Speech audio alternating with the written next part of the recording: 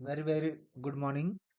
मैं मनीष कुमार एक बार फिर से आपका हार्दिक अभिनंदन करता हूं अंक प्लस के यूट्यूब चैनल पर लॉजिकल रीजनिंग पार्ट 2 के साथ में 10 मिनट में 10 एमसीक्यू बनाने हैं।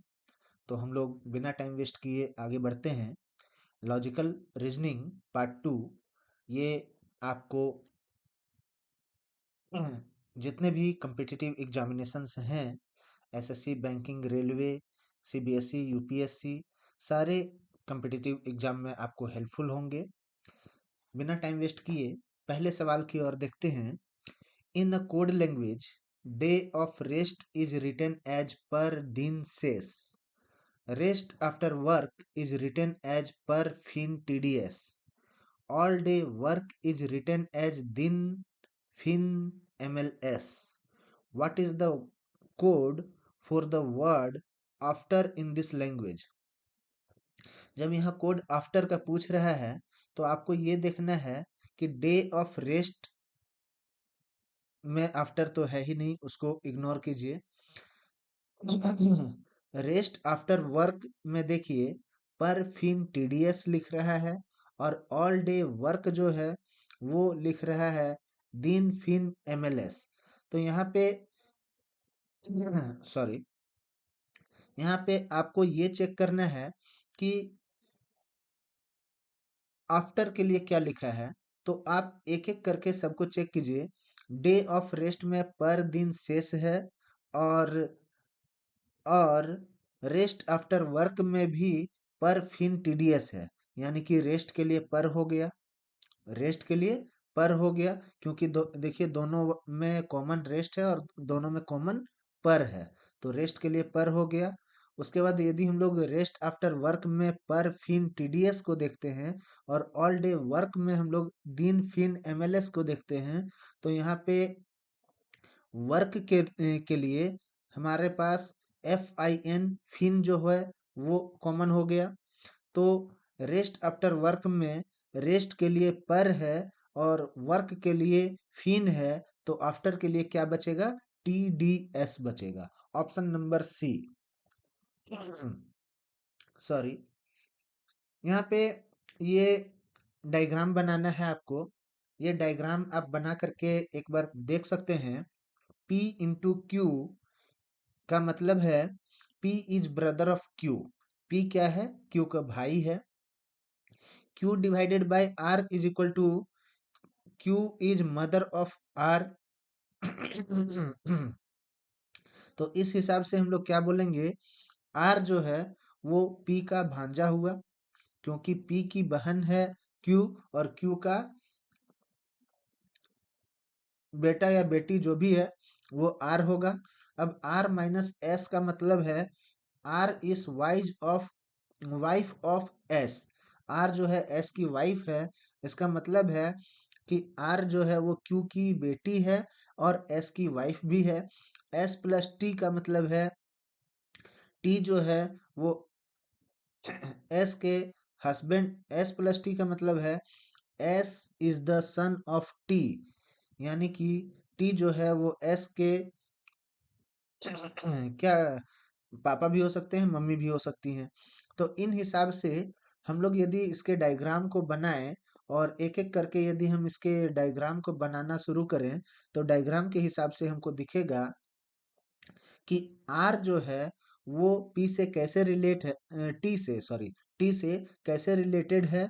तो आर टी से रिलेटेड है कि आर जो है वो टी के सन की वाइफ है। टी के सन की वाइफ है। टी का सन कौन हुआ? एस हुआ। और एस की वाइफ कौन हुई? आर हुई। बात समझ में आया? तो तो हम लोग आगे बढ़ेंगे। यहाँ पे डायरेक्ट आप देख सकते हैं। आपको पी क्यू को देखना ही नहीं है, आप सीधा देखिए।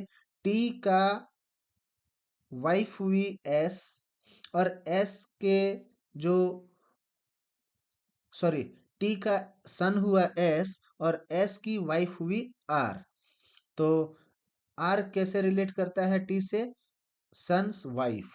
ऑप्शन नंबर ए का चुनाव करेंगे।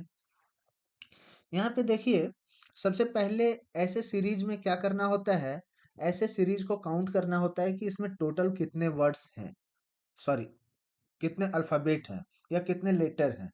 तो अल्फाबेट इसमें 1 2 3 4 5 6 7 8 9 10 11 12 अल्फाबेट हैं।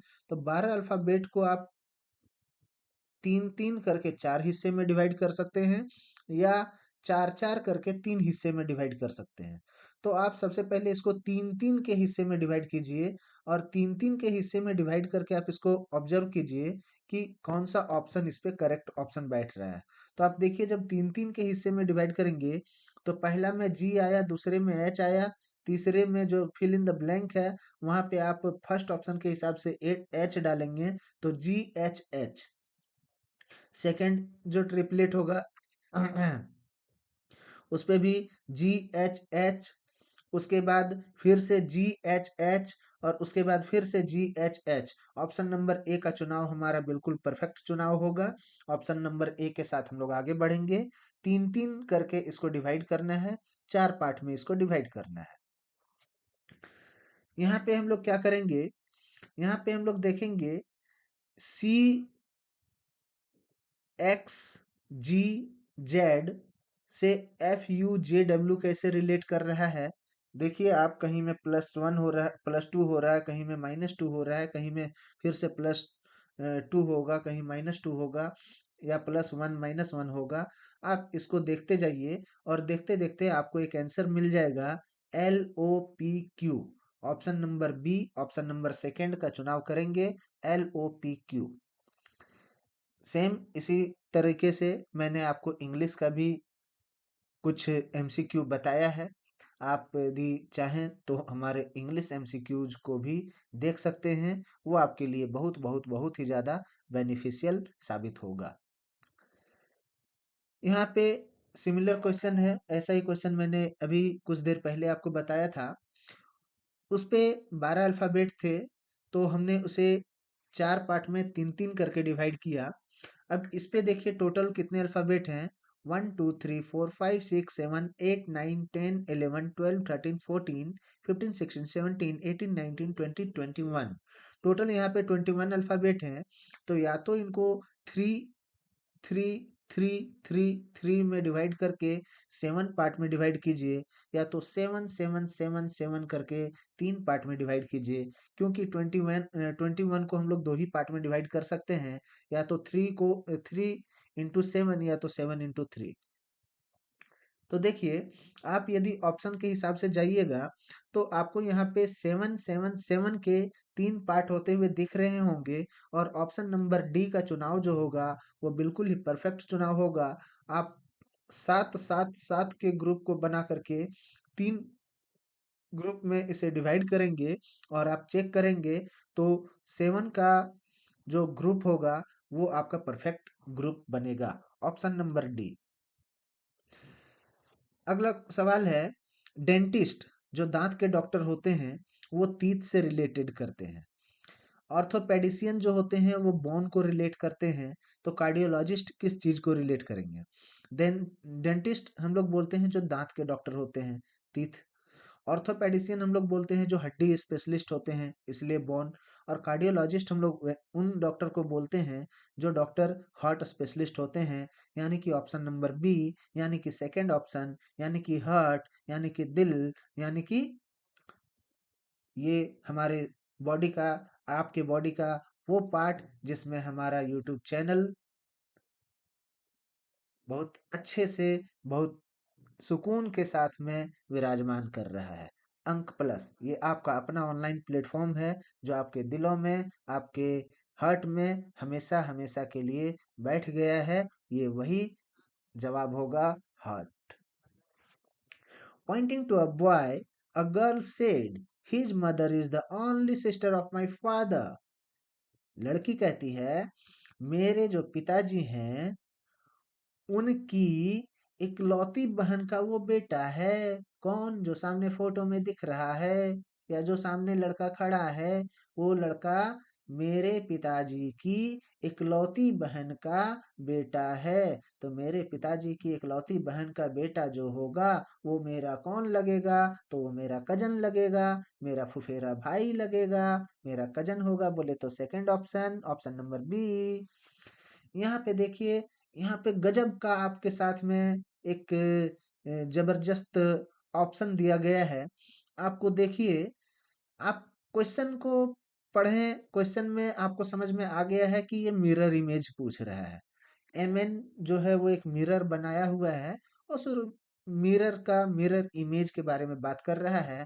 तो मिरर इमेज में आप देखिए, एन चारों में सेम, दो पहला में एकदम सीधा सीधा लिख दिया है, तो पहला चुनाव तो बिल्कुल गलत होगा। Second option, third option, fourth option बिल्कुल सेम। डब्लू बिल्कुल सेम, बी बिल्कुल सेम, फिर से कैपिटल बी बिल्कुल सेम, फोर बिल्कुल सेम, और सबसे लास्ट वाला नाइन बिल्कुल सेम।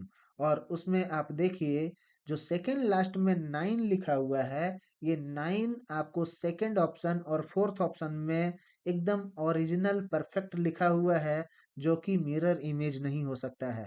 तो one and only option, option number C is your perfect answer, or which can be forwarded to your positive marks। इसी पॉजिटिव मार्क्स के साथ में एक पॉजिटिव सोच को तलाशते हुए हमारा यूट्यूब चैनल में आपको दिखाया जा रहा है क्यूआर कोड, जो कि व्हाट्सएप चैनल के हैं, टेलीग्राम चैनल के हैं और इंस्टाग्राम के पेज के हैं। आप हमें टेलीग्राम चैनल पे फॉलो कर सकते हैं, इंस्टाग्राम पेज पे फॉलो कर सकते हैं और व्हाट्सएप चैनल को ज्वाइन कर सकते हैं। कहीं पे भी आप ज्वाइन कीजिए, आपको हर एक वीडियोज की, हर एक नए कोर्स की आपको नोटिफिकेशन मिलती जाएंगी और आप इन कोर्स का बेनिफिट लेते जाइए। ट्रायंगल काउंट करना है। कैसे काउंट करना है ट्रायंगल? तो ट्रायंगल में आप काउंट कीजिए, इसके सही जवाब होंगे टोटल 21। टोटल 21 जो सही जवाब होगा, ये कैसे होगा? तो फर्स्ट वाले ट्रायंगल में आपको टोटल दिख रहा होगा, कितने ट्रायंगल हैं फर्स्ट वाले में बताइए? फर्स्ट वाले में टोटल आपको 16 ट्रायंगल दिखेंगे और सेकंड वाले में टोटल आपको 5 ट्रायंगल दिखेगा।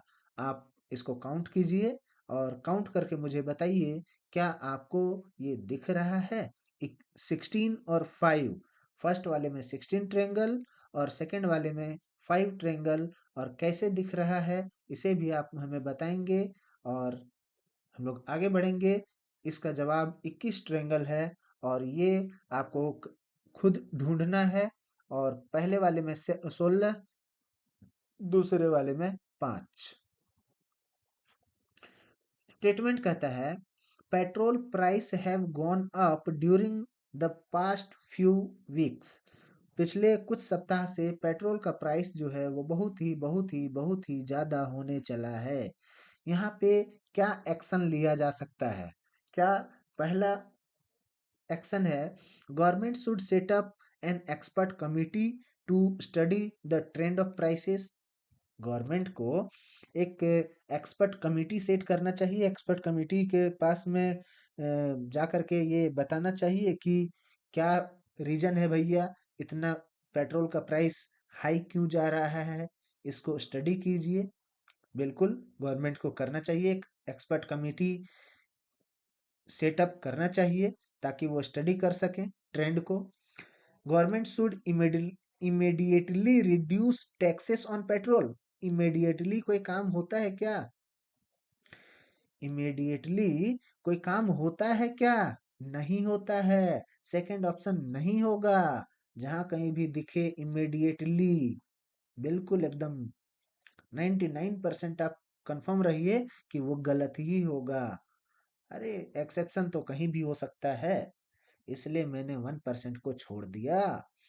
Government should advise the general public to refrain from purchasing petrol for few weeks. ऐसा होता है क्या?